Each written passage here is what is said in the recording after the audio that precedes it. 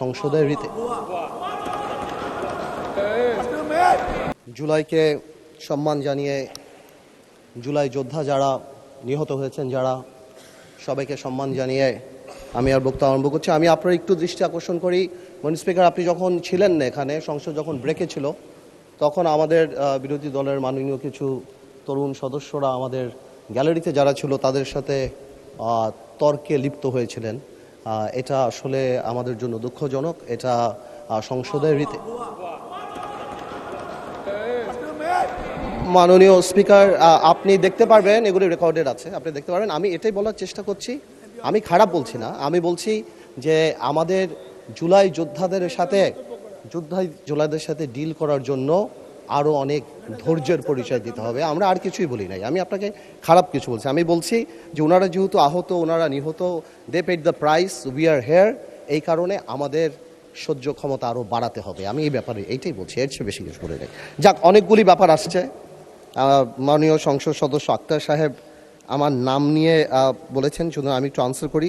কোয়াজাই constitutional ব্যাপারে একটা কথা আসছে, যে আমি বলেছিলাম কোয়াজাই কনস্টিটিউশনাল ব্যাপারটা ছিল। আসলে কোয়াজাই কনস্টিটিউশনাল ব্যাপারটা তো ছিল, এখন নেই। ওটা ছিল বলেই তো কনস্টিটিউশনের কিছু কিছু পার্ট আমরা সে সময় নিয়েছিলাম, মাননীয় স্পিকার। কারণ এই সংবিধান তো বলে নাই যে কোনো দেশ থেকে প্রধানমন্ত্রী ভেঙে গেলে কি করা যাবে।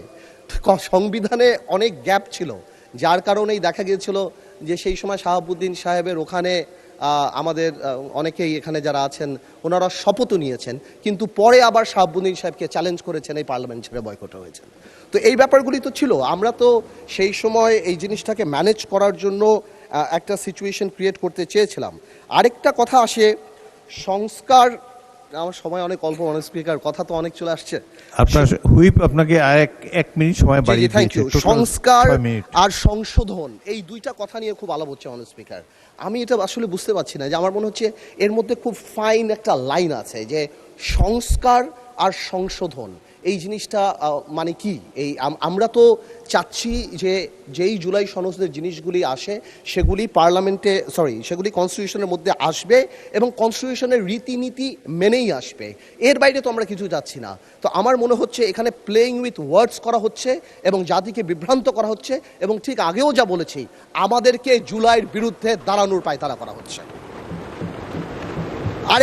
আরেকজন আমার সম্মানিত সংসদ সদস্য এখানে বলে গেলেন, প্রিঅ্যাম্বল পড়লেই ওই সংস্কার পরিষদের কথা চলে আসবে।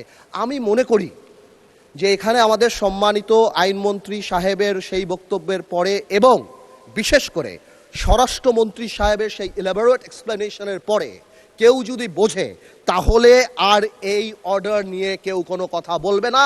This is void ab initio, এটা থাকে না। এবং বারবার যে জনগণকে বোঝানোর চেষ্টা করা হচ্ছে যে এটা মানি না, এই কারণে আমরা গণভোট মানি না, ইট ইজ আনট্রু।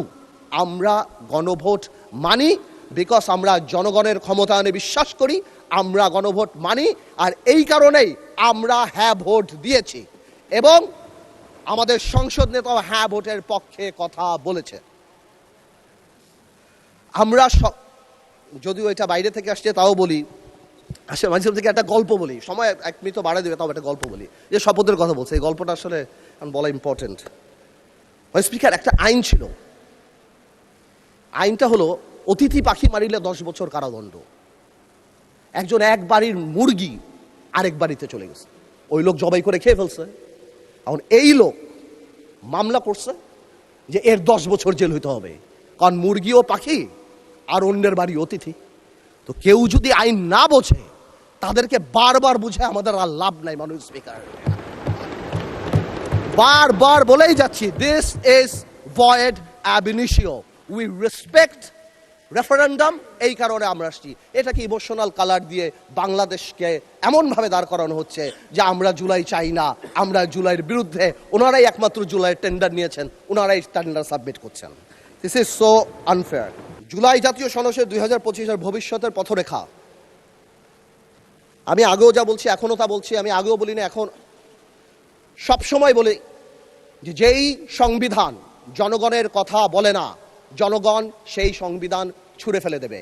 বাট যেটা আমরা সংশোধন করতে পারি, যেটা আমরা ঠিক করতে পারি সংবিধানের মধ্যে থেকে, আমরা সেটাই করব। আর এই ভবিষ্যতের পথরেখার আরেকটা কথা বলে দিতে চাই, মাননীয় স্পিকার, এই পথরেখায় আমরা সবাইকে সাথে নিয়ে চলতে চাই এই পথে, এবং যখন চলতে চাই আমরা গণতন্ত্রকে আপলিফট করে চলতে চাই। জনগণের ম্যান্ডেট, যার কারণে 217টা সিট পেয়ে আমরা এখানে, আমরা আইন পরিবর্তন করতে চাই, সংবিধানের মধ্যে থেকেই করতে চাই। আপনাকে ধন্যবাদ স্পিকার।